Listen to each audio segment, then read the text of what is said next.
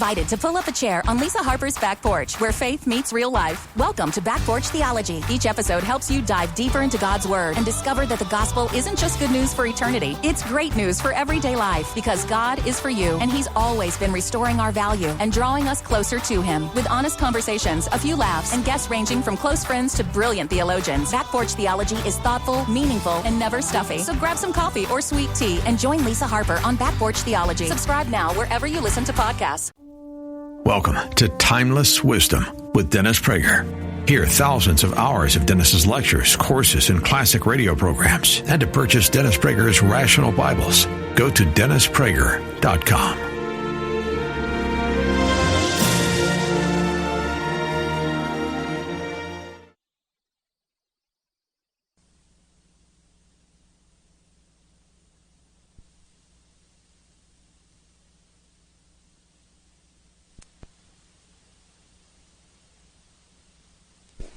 Session 1 was the problem of male sexuality and the ease and of the visual stimulation, the ubiquity of the sexual drive in the male.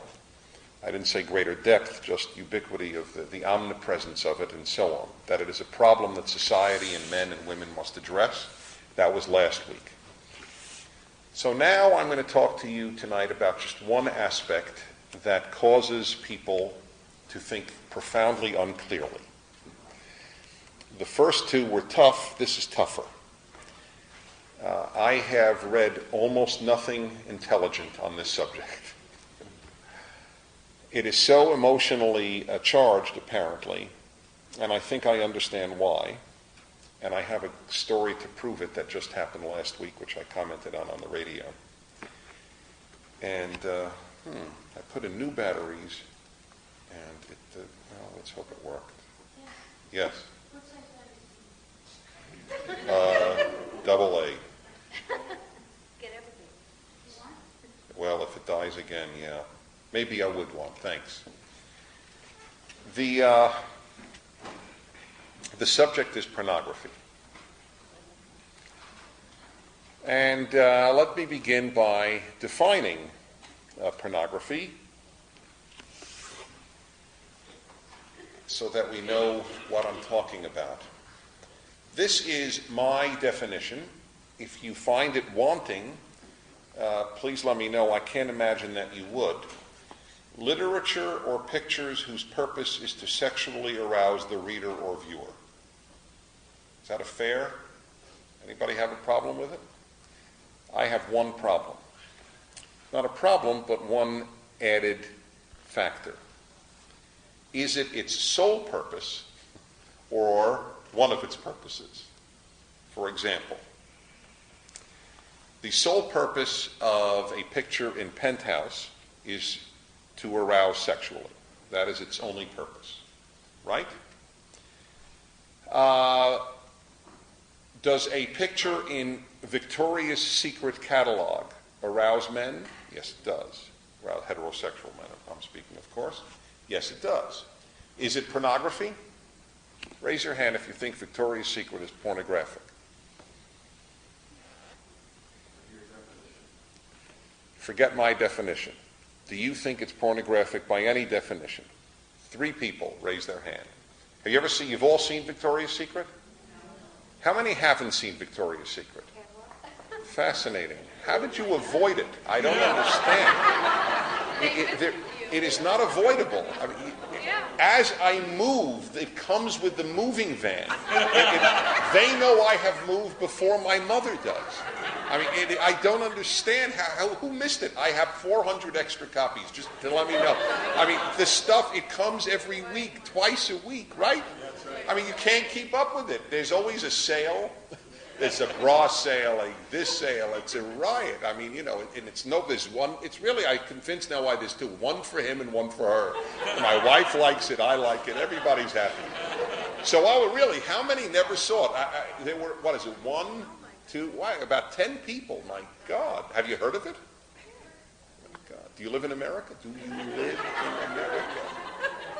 Okay, that's all right. No problem.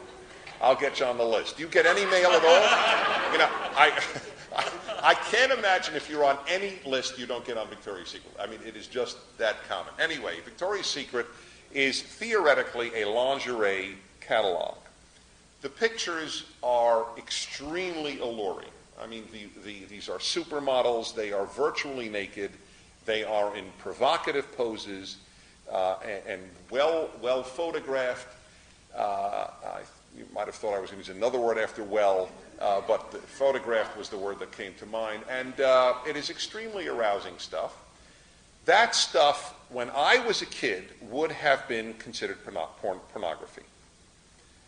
Today, 3 of you in this whole group voted to call it pornographic. 40 years ago, well, I was a kid, 30 years ago, 35 years ago, when I was 15, it would have been regarded as pornography. It would have come in a paper bag. Women in thong bottoms, virtually entirely revealing bras, and so on. Is that pornography? Well, it's a very interesting question. And I don't use the word pornography as a pejorative. It is used as a pejorative, as an inherently negative phrase, as you will understand tonight. I do not see it that way. But I also believe in intellectual honesty. Of course, one of the purposes of that magazine is to arouse men. Of course it is. And men know that. Men are aroused when they see it. And there are some of us who might argue it's more arousing than sheer nudity. In the provocative nature of the photos, and yet a tiny bit of clothing to leave some element to the imagination.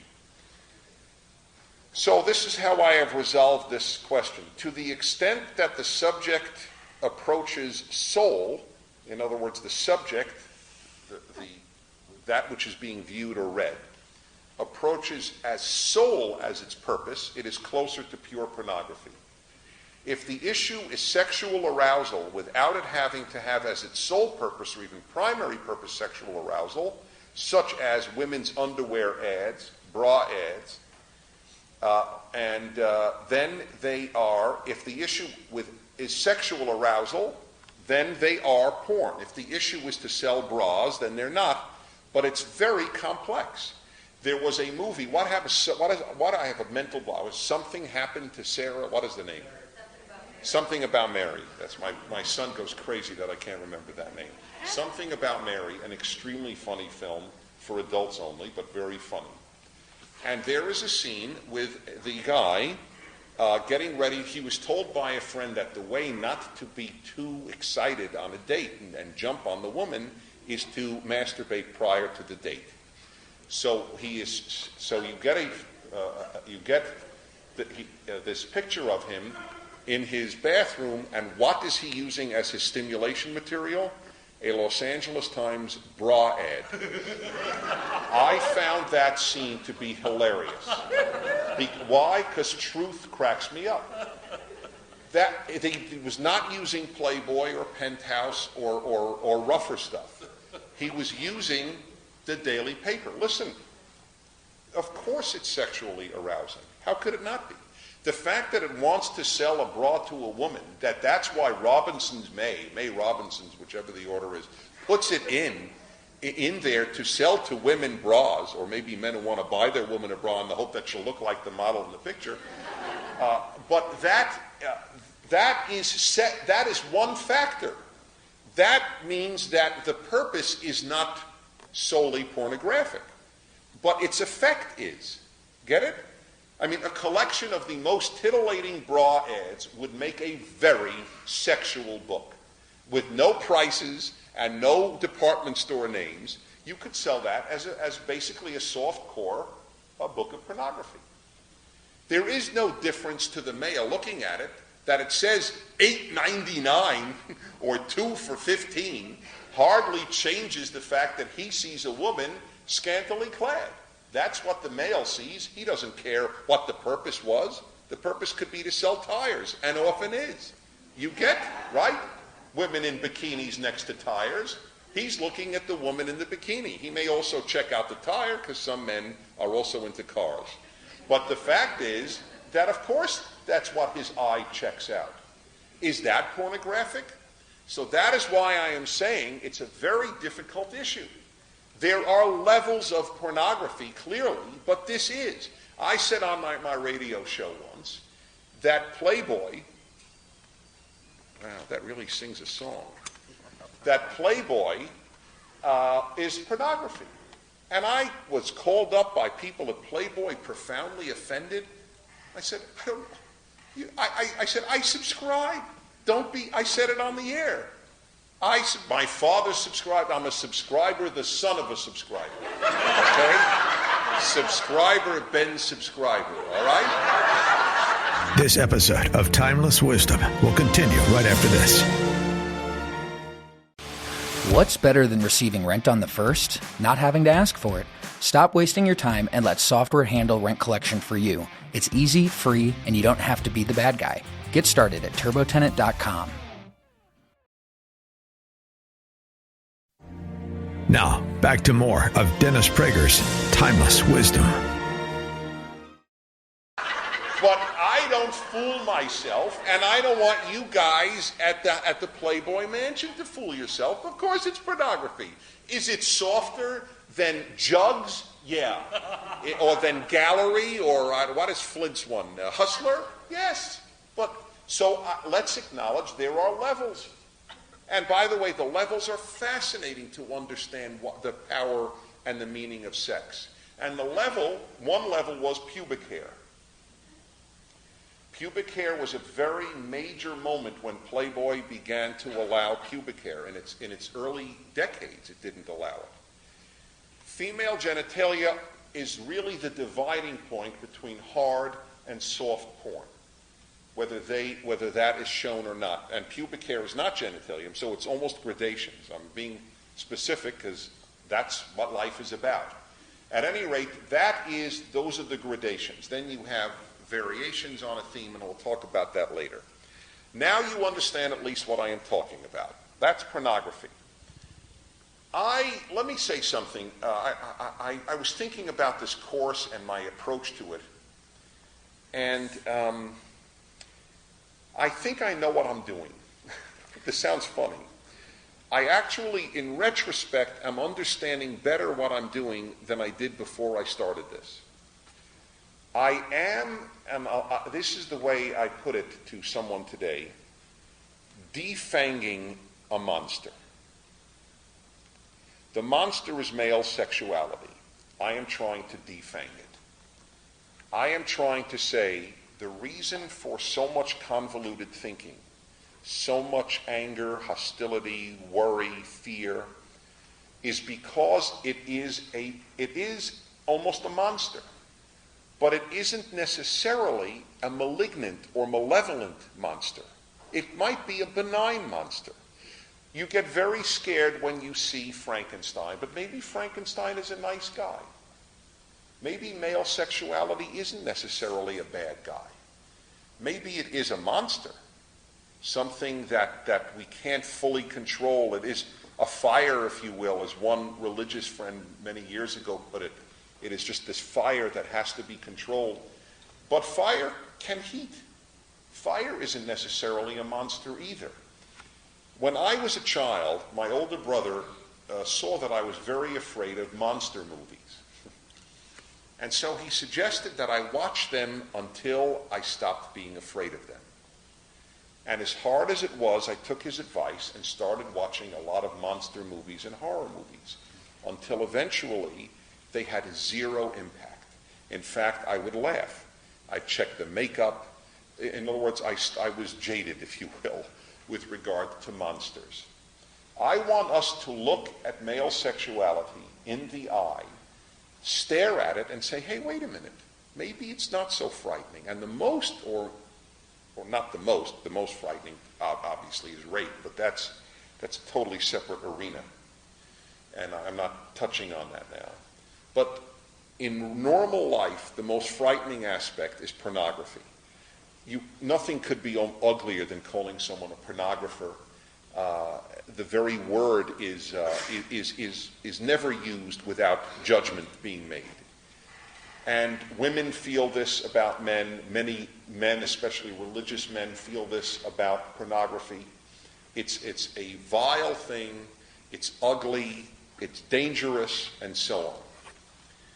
So if I can talk about it tonight much better in the light of the first two sessions.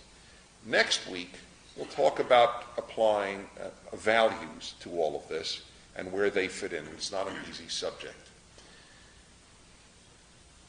In order to ascertain what our attitude to pornography should be, indeed to male sexuality in general, but specifically pornography, I think we need to ask this question, which is rarely asked. In fact, I feel in this even more than I did in the happiness classes I gave, that I'm treading new territory. I feel like an explorer going on a mission that people haven't gone on before. What is our aim with regard to men? And there are two choices, essentially, that people make. One is, we want to produce a man who doesn't lust except after his wife. That is one aim. That is the aim of traditional religion. That is the aim of tradition, period. That is the aim of women, generally speaking. Remember I told you about that woman on a date?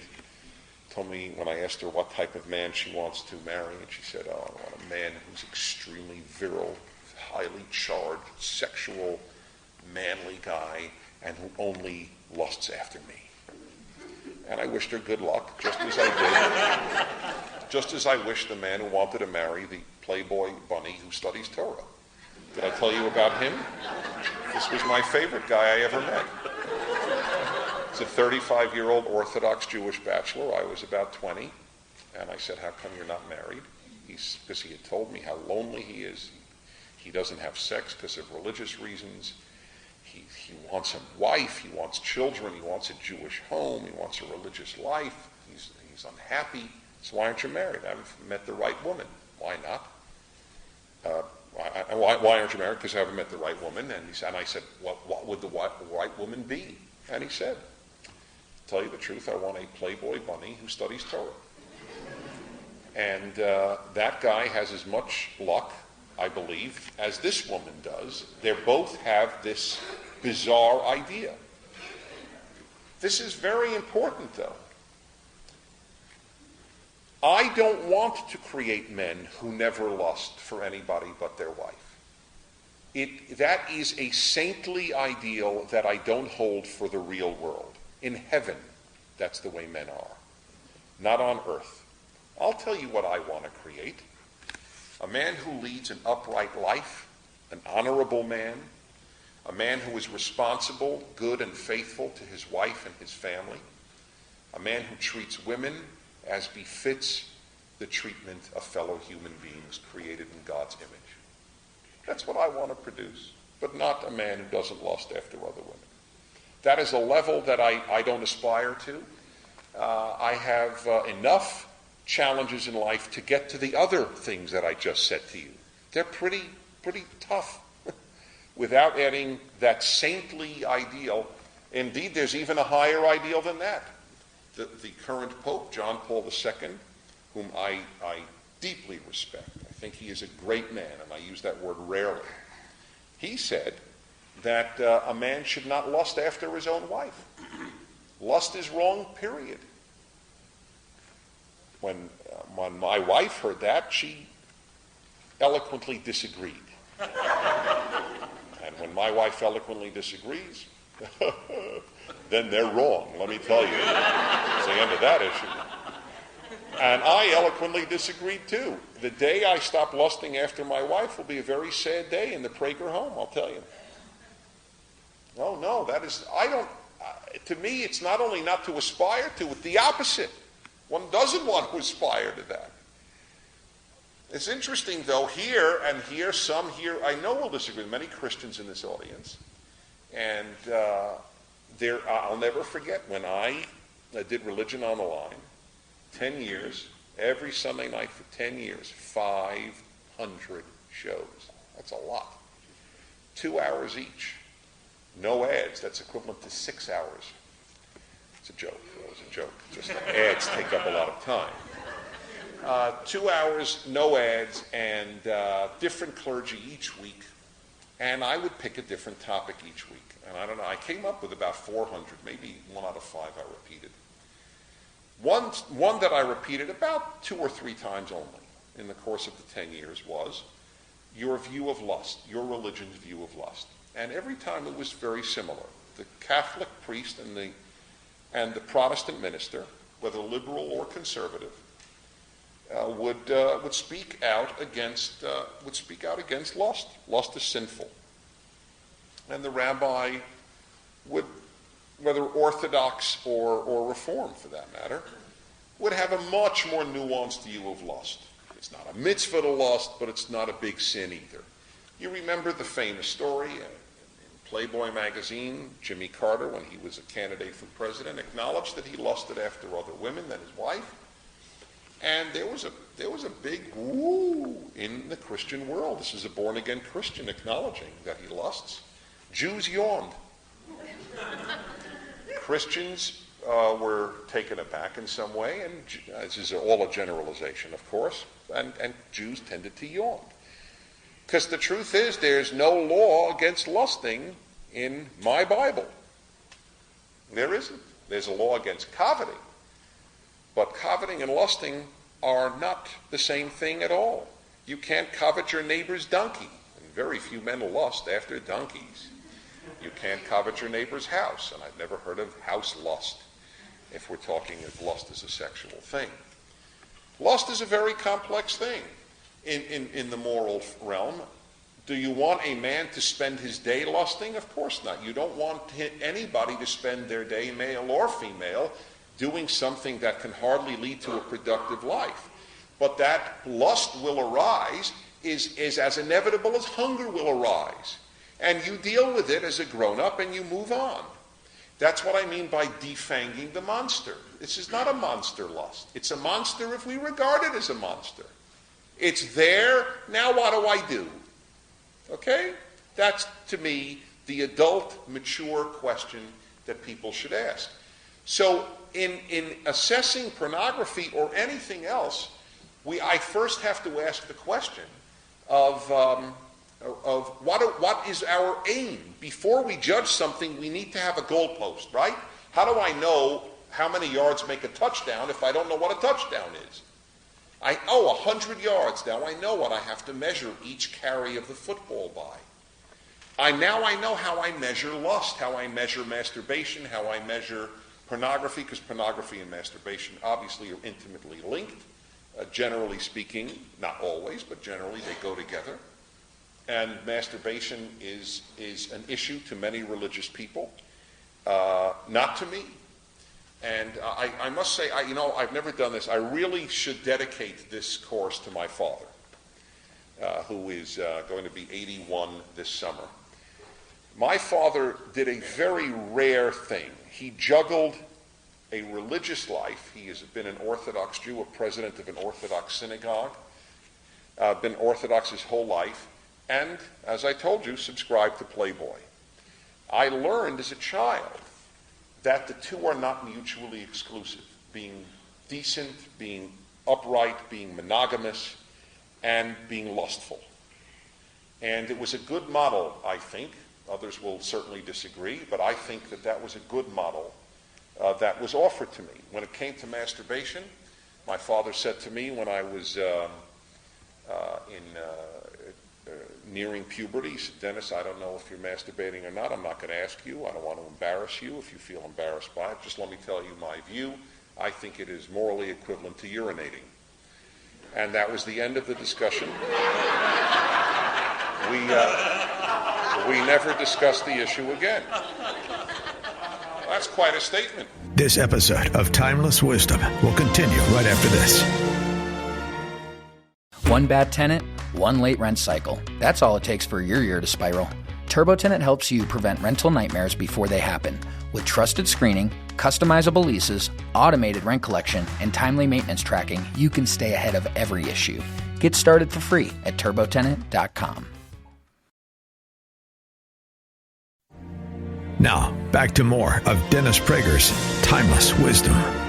I carried on this venerated Prager tradition of taking this attitude when I became a camp counselor at an Orthodox day camp.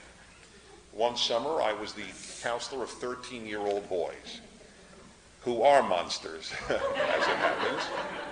And I think I was given the task solely because I was the tallest and largest and strongest Jew they had ever seen in camp. And I could take care of 13-year-old boys. That was the general belief. I had 8 boys. They were known as the 8th wonder of the world. That's how difficult they were. And I liked the challenge. Anyway, the first night of camp, I had this age group a couple of years running. I would give them a birds and bees talk. And all of these kids went to yeshivas. This was, again, Orthodox Jews, the way I was raised. And I told them what I thought about masturbation. And the effects were very powerful. And I don't mean this in a funny way, that the bedstool started shaking every night. I mean it in a very serious way. The boys would come over to me, not knowing that any other boy had, to tell me how fraught with guilt they were, because their rabbis had taught them that this was a grievous sin to masturbate. Indeed, there is one Jewish text that compares it to murder, as if one can kill sperm. I guess you can kill sperm, but sperm aren't people. And one boy, in fact, was who had the added burden of being the child of Holocaust survivors, was unbelievably racked with guilt and did it frequently. I mean, he had serious psychological problems. He was not a danger to society. He was only a danger to his own happiness. And he wrote to me, I'll never forget, constantly. I went to England that year. I was a junior in college. And he wrote to me about his struggles with this issue. He just couldn't stop writing to me about this. There was somebody he could talk to. The bigger sin in my book was what the rabbis told him, not what the boys did. I never quite understood who was hurt by masturbation. I've never to this day understood who the victim is.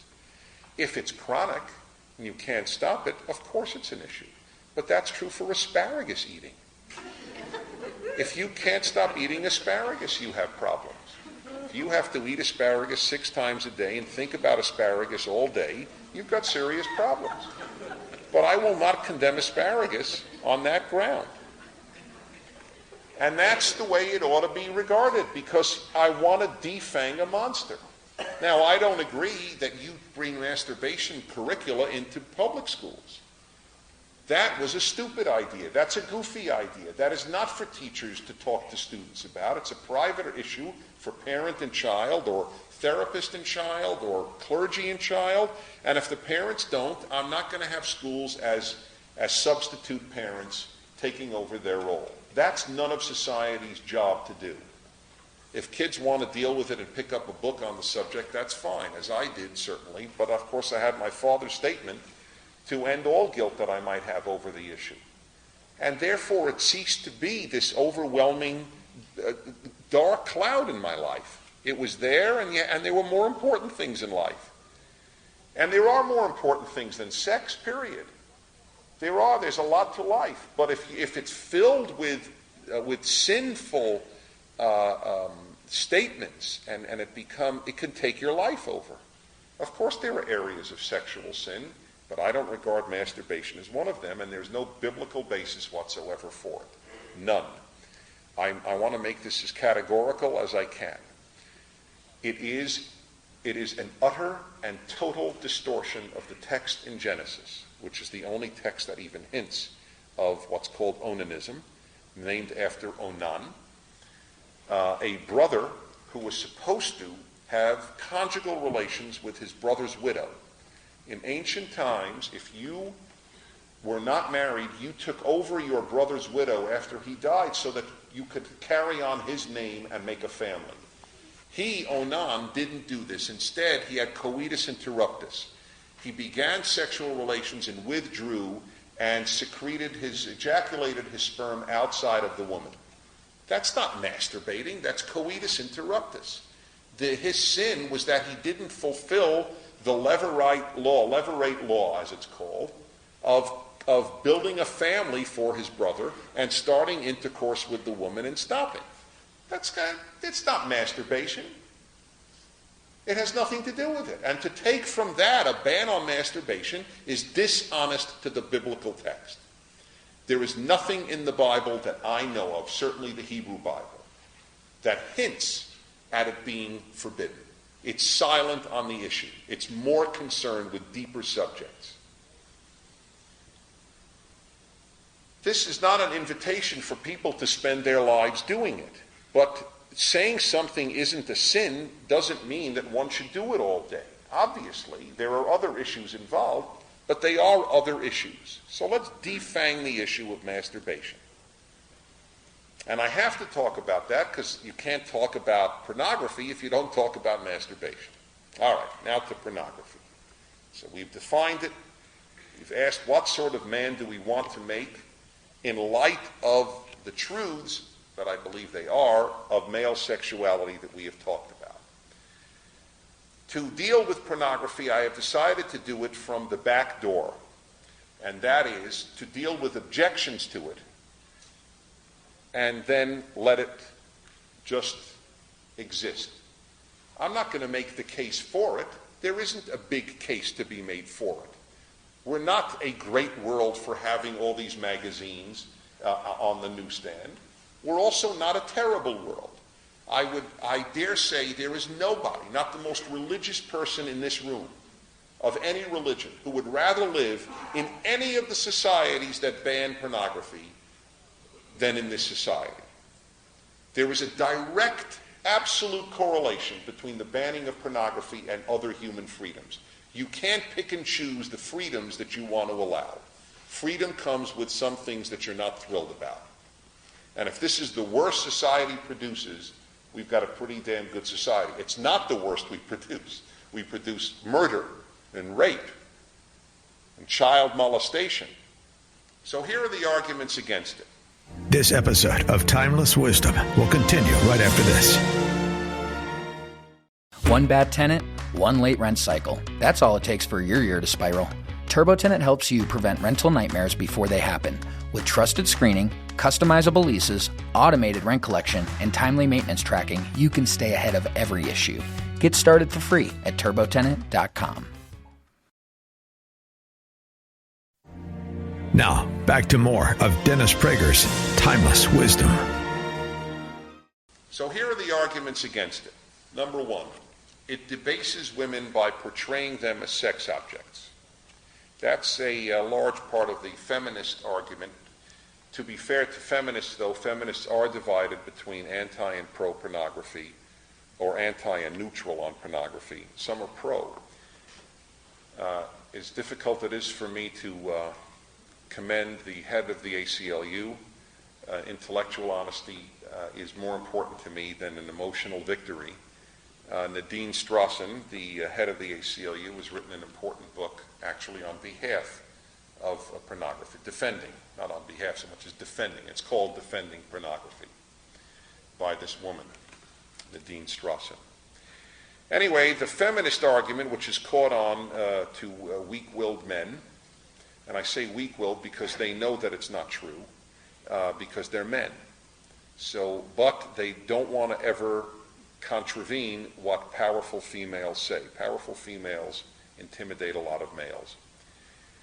It debases women by portraying them as sex objects is the argument. Now, let's be honest. Is a woman in a porno picture a sex object? Of course. Men are not viewing the picture in order to understand the way the elbow is formed, or to watching porno films for the Shakespearean dialogue in them. Of course the women are sex objects. So what? My best answer is, so what? But here are four answers. Number one, if it debases women by portraying them as sex objects, then men as a collective entity are debased, because men are sex objects in gay pornography. Indeed, men are sex objects in heterosexual pornography, where they are used in heterosexual porno films. The men are just as much sex objects as the women are. A normal human being, however, has a fantasy life. In the fantasy life, women, for the male, can be sex objects. So what? For the healthy male, there is no, and a lot of women may find this fascinating, and I understand that you would find it almost unbelievable, but the two don't conflict at all. To be able to see women on the one hand as sex objects and on the other as fully human that you now make a business deal with, the two they're not exclusive, any more than they're exclusive if a man is making love to a woman and there is a sex objectification part of it. It's not just love making, there is a sex objectification element as well there, even to the woman that he loves. It's also lovemaking, but it's also pure sex. Sometimes it's pure sex, sometimes it's love, sometimes it's a mixture, and it's fine. And so what? If a man wants his wife to put on a sexy lingerie, he is objectifying her in some way. Of course he is. If it's just pure love, what does she need a bikini for? Or a French maid's outfit? Or whatever is in vogue. Check out Victoria's Secret. I mean, obviously, of course there's an objectification involved, but so what? So what are two of the most powerful words in English. It helps diffuse so much tension in life.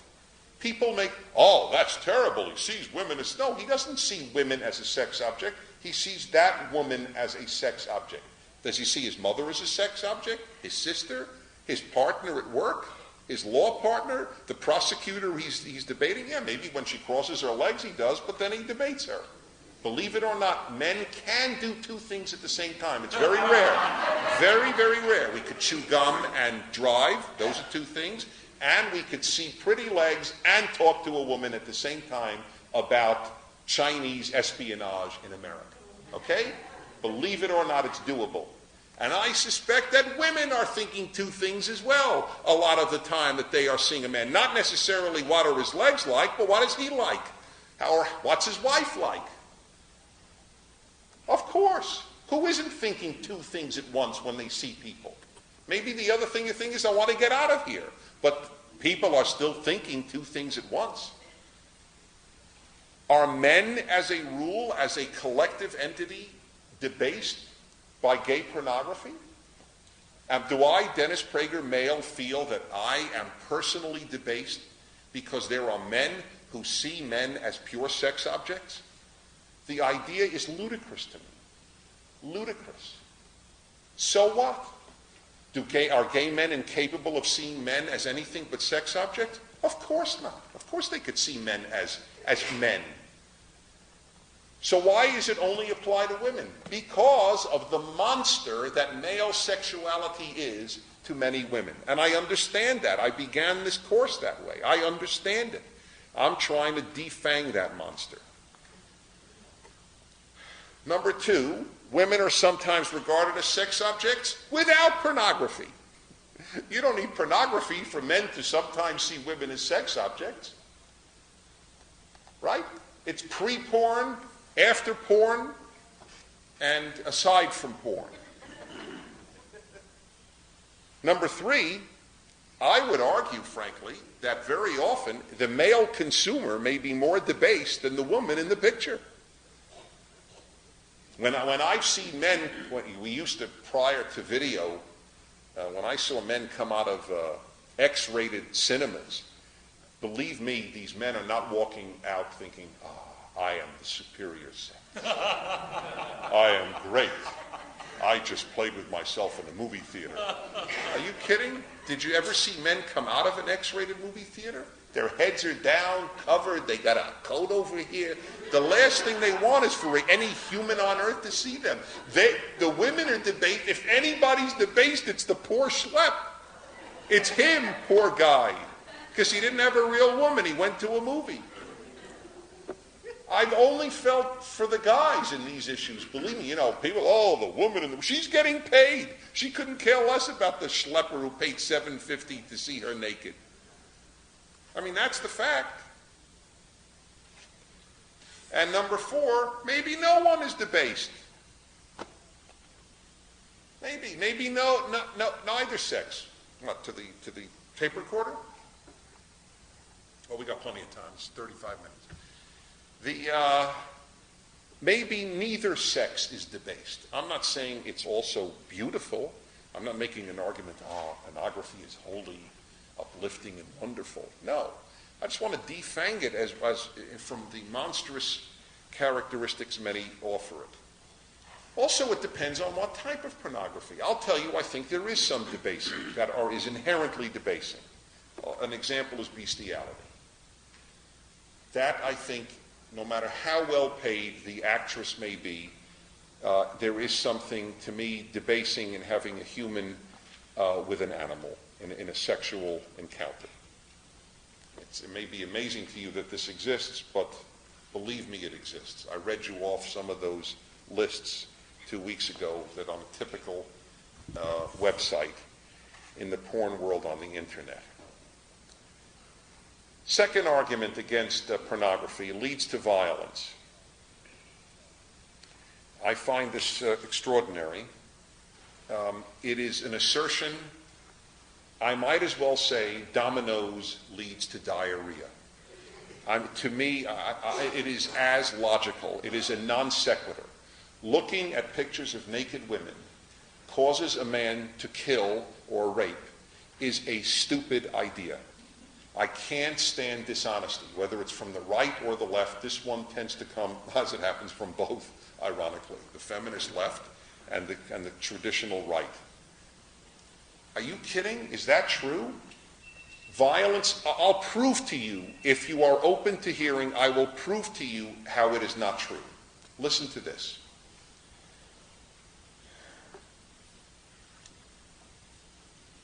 This is from a study done in nations with the most amount of pornography.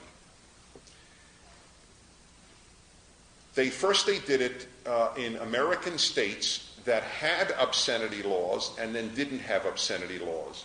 When they had obscenity laws and suppressed pornography, did rape go down and violence or any sex crime? They found that there was no correlation whatsoever. Then they went abroad for the same thing. And here I read to you. These findings are consistent with data from several other kinds of studies, including cross-cultural investigations. Puchinsky, 1991, examined the rate of reported rape from 1964 to 1984 in Denmark, Sweden, and West Germany, the only 3 countries to have legalized pornography. All 3 countries experienced a considerable increase in hardcore pictorial pornography, including the aggressive variety, bondage, sadomasochism, whipping, okay, after legalization. However, no country reported a marked increase of incidence of rape. Any increase appears to have been due, even if partially, to better reporting methods. Government commissions in Denmark, England, Israel, Norway, Sweden, and West Germany have found no connection between the availability of pornography in their countries and the incidence of sex crimes. A comment on this.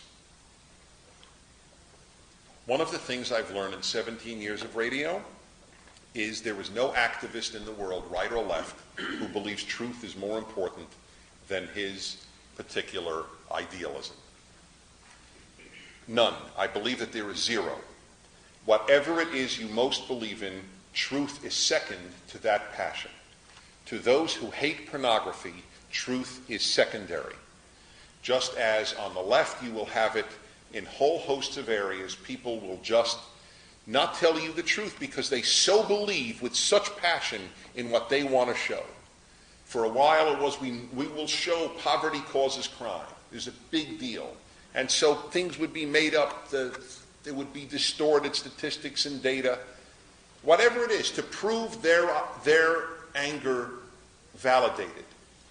One can view masturbation and pornography in ways that one wants, but please never lie about the issue of pornography leading to violence.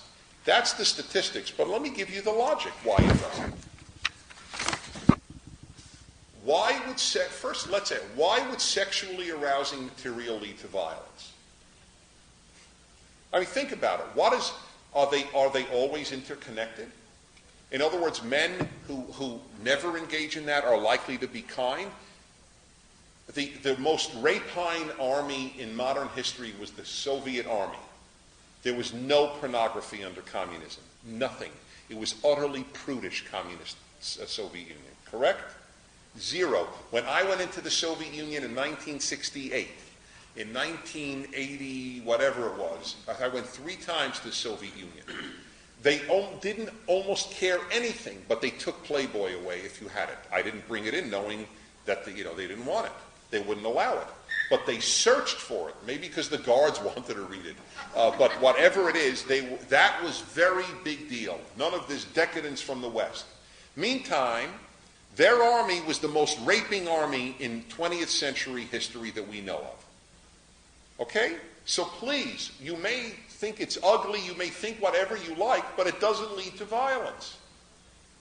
This notion, well, rapists all had collections of porn.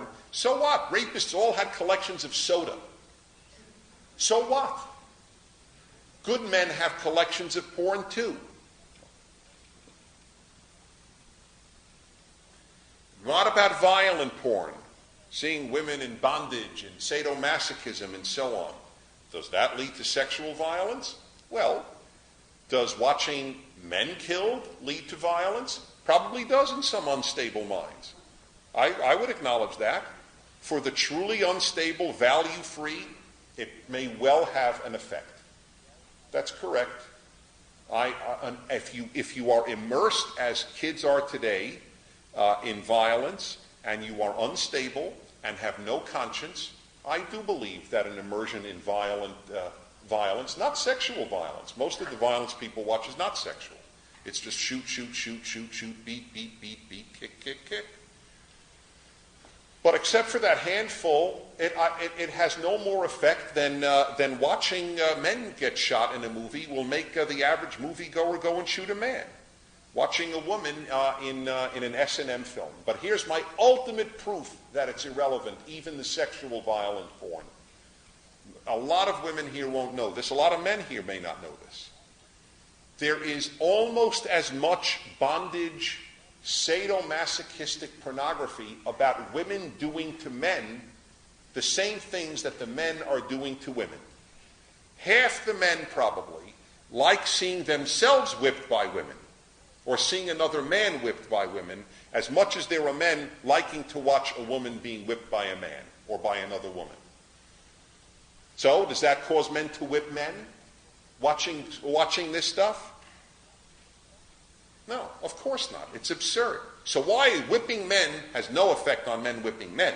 Whipping women, then they're all going to go and commit rape.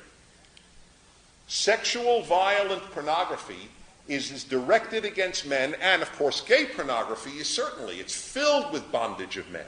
Filled with it. A lot of men like to tie up their sexual object. Male, female, both, or what have you.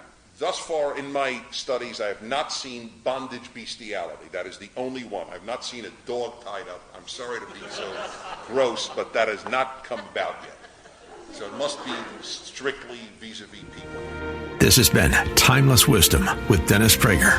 Visit DennisPrager.com for thousands of hours of Dennis's lectures, courses, and classic radio programs, and to purchase Dennis Prager's Rational Bibles.